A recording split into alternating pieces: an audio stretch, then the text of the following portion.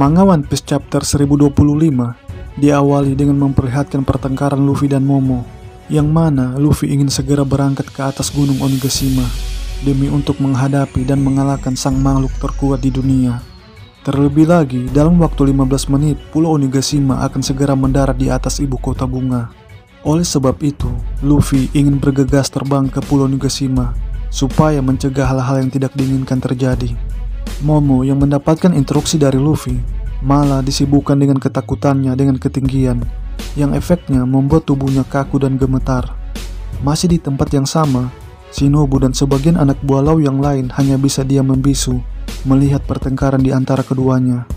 Pertanyaannya, jika memang Luffy ingin segera ke atas, kenapa dia tidak menggunakan Gear 4 mode Bondman?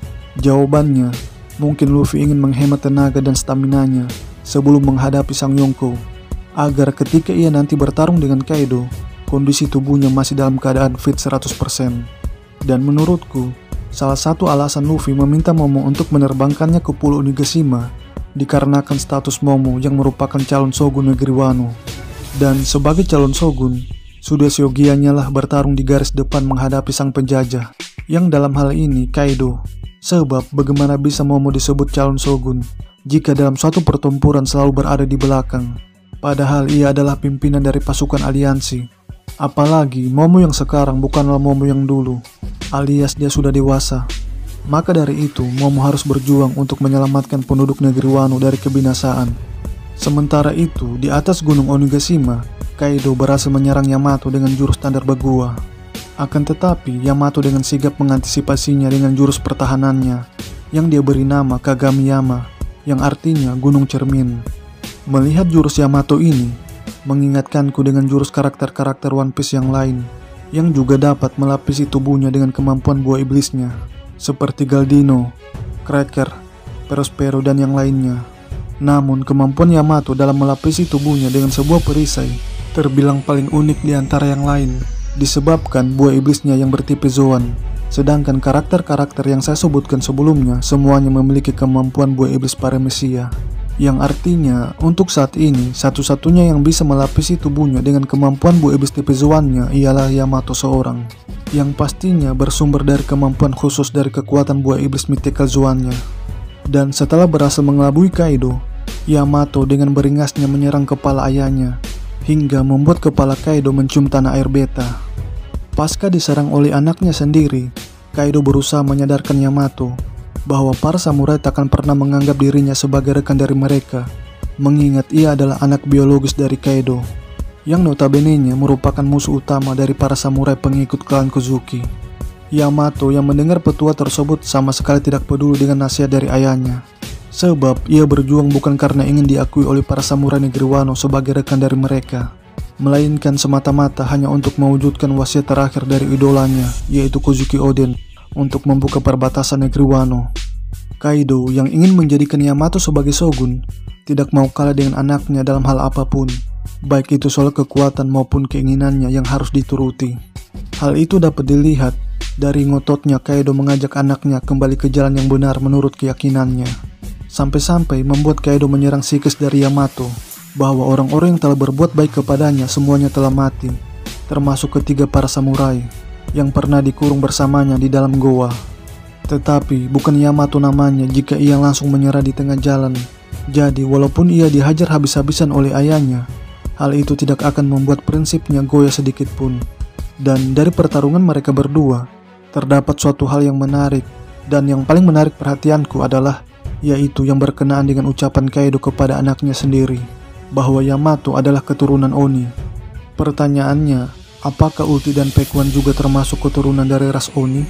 Bisa jadi, sebab mereka berdua juga memiliki tanduk di kepalanya, sama seperti dengan Yamato. Dan baru-baru ini juga disebutkan dalam SBS volume 100 bahwa ayah dari anggota Tobiropo bersaudara berteman dengan Kaido.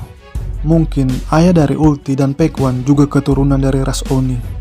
Dan setelah teman Kaido tersebut is dead, Kaido mengasuh mereka berdua, yang tujuannya untuk menjaga keberlangsungan kehidupan dari ras Oni, yang juga sekaligus untuk merekrut para prajurit-prajurit kuat dalam rangka memperkuat armada kelompok bajak lautnya. Atau bisa jadi juga Ulti dan Pekuan adalah setengah manusia ikan sama seperti Dellinger. Mungkin iya, mungkin juga tidak. Masih berbicara tentang ras Oni, biasanya suatu ras tertentu mempunyai suatu pulau, tempat di mana mereka berasal. Mengapa saya mengatakan demikian? Karena jika kita perhatikan ras-ras yang lain, semuanya memiliki pulau mereka masing-masing. Ras raksasa di Pulau Elbaf, ras manusia ikan, pulaunya di dasar laut, dan ras Skypian di Pulau Langit. Jadi yang menjadi pertanyaan selanjutnya, apakah negeri Wano dulunya adalah pulau dari ras Oni? Menurut pendapatku, tidak. Sebab ketika orang luar mendengar nama negeri Wano, maka mereka langsung teringat dengan para samurainya yang kuat. Yang artinya eksistensi dari para samurai negeri Wano sudah ada sejak dulu, terutama pada masa abad kekosongan. Atau bahkan negeri Wano sudah berdiri lebih 1000 tahun yang lalu, seumuran dengan Pulau Zou. Karena yang bisa memerintahkan gajah Zuniza hanyalah Momo, anggota dari klan Kozuki. Dan pada chapter ini, Kaido sempat mengatakan kepada Yamato, beraninya kau melawanku seolah dirimu adalah bagian dari negeri Wano. Dari perkataan Kaido tersebut dapat diasumsikan bahwa ras Oni bukanlah berasal dari Wano. Adapun anggapan Kaido bahwa negeri Wano istimewa, menurutku hal itu tak terlepas dari negeri Wano yang akan menyambut kedatangan Joy Boy. Seperti mana perkataan tersiratnya pada chapter 1014. Dengan ia berdomisili di negeri para samurai, maka hal tersebut akan memberikannya banyak keuntungan, baik dari segi keamanan, persenjataan, dan pasukan yang dibekali dengan buah iblis Zone Smile. Lantas, jika memang ras Oni bukan berasal dari negeri Wano, maka di pulau manakah asal muasal dari ras Oni berada? Menurut pendapat pribadiku, ras Oni adalah penduduk asli dari Pulau God Valley. Berkaca pada tempat tinggal Kaido yang lebih memilih Gunung Onigashima sebagai markas besarnya di negeri Wano. Dan jika kita melihat dampak pertarungan kedua belah pihak yang berbekas di gunung, tidak ada satupun tulang yang kelihatan dari gunung tengkorak tersebut. Alias Gunung Onigashima memang asli dari sononya. Dan jika memang itu asli terbuat dari tengkorak, maka seharusnya tengkoraknya ditumbuhi oleh tumbuh-tumbuhan, seperti halnya fosil tulang raksasa yang berada di Pulau Little Garden. Tapi kenyataannya tidak sama sekali. Dan jika kita melihat Pulau God Valley, maka pulaunya terdiri dari gunung-gunung yang menjulang tinggi, bagaikan sebuah pencakar langit. Terlebih lagi, kondisi geografis dari pulaunya sama dengan negeri Wano yang juga berada di dataran tinggi. Maka sudah selayaknya jika Kaido mencari tempat tinggal yang berada di gunung, serupa dengan tempat tinggal para leluhurnya, yang kemungkinan besar mayoritas dari ras Oni sudah telah tiada, yang diakibatkan oleh 3 faktor. Faktor pertama, tempat tinggal mereka diakuisisi oleh kelompok tertentu. Faktor yang kedua, setelah diakuisisi, para penduduk asli dari God Valley digenosida oleh para penjajah. Faktor ketiga, tempat asal muasal mereka tertimpa bencana, hingga membuat tempat tersebut tidak bisa lagi ditinggali. Yang dalam hal ini, bencana yang terjadi 38 tahun yang lalu, yaitu pertarungan antara bajak laut Rocks versus Roger dan Garp, yang dampaknya membuat Pulau God Valley dihapus dari peta dunia. Bahkan menurut Sengoku, chapter 957, pulaunya pun juga lenyap tak berbekas. Jadi, atas dasar alasan itulah yang membuatku berhipotesis bahwa Pulau God Valley dulunya adalah tempat tinggal dari ras Oni, sebelum diinvasi oleh para Tenryubito.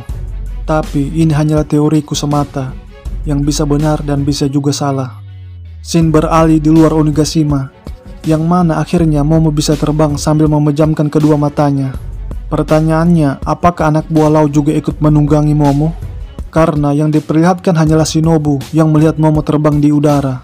Entahlah, Momo yang sudah berada di depan Onigashima langsung menyeruduk ke arah yang salah, yang membuat orang-orang berada di dalam gunung Onigashima kaget setengah mati. Namun dengan masuknya Momo ke Onigashima, membuat para CP0 akan mengetahui bahwa Vegapunk telah berbohong kepada pemerintah dunia. Karena ternyata buah iblis buatan Vegapunk tidaklah gagal seperti yang pernah dikatakannya. Tercatat ada 3 buah iblis yang diinginkan oleh pemerintah dunia: OP-OP, Uo-Uo, Gomu-Gomu. Dan sampainya di atas Onigashima, Luffy dan Yamato secara bersamaan menyerang Kaido. Tetapi serangan mereka berdua sepertinya tidak berarti apa-apa bagi Kaido, sebab dia tidak tersungkur jatuh. Malahan ia masih sempat-sempatnya berubah dalam mode full zoan-nya. Semoga saja Marco juga akan naik ke atas supaya melengkapi teman dari Momotaro dalam mengalahkan si Oni. Demikianlah review One Piece chapter terbaru pada kesempatan kali ini.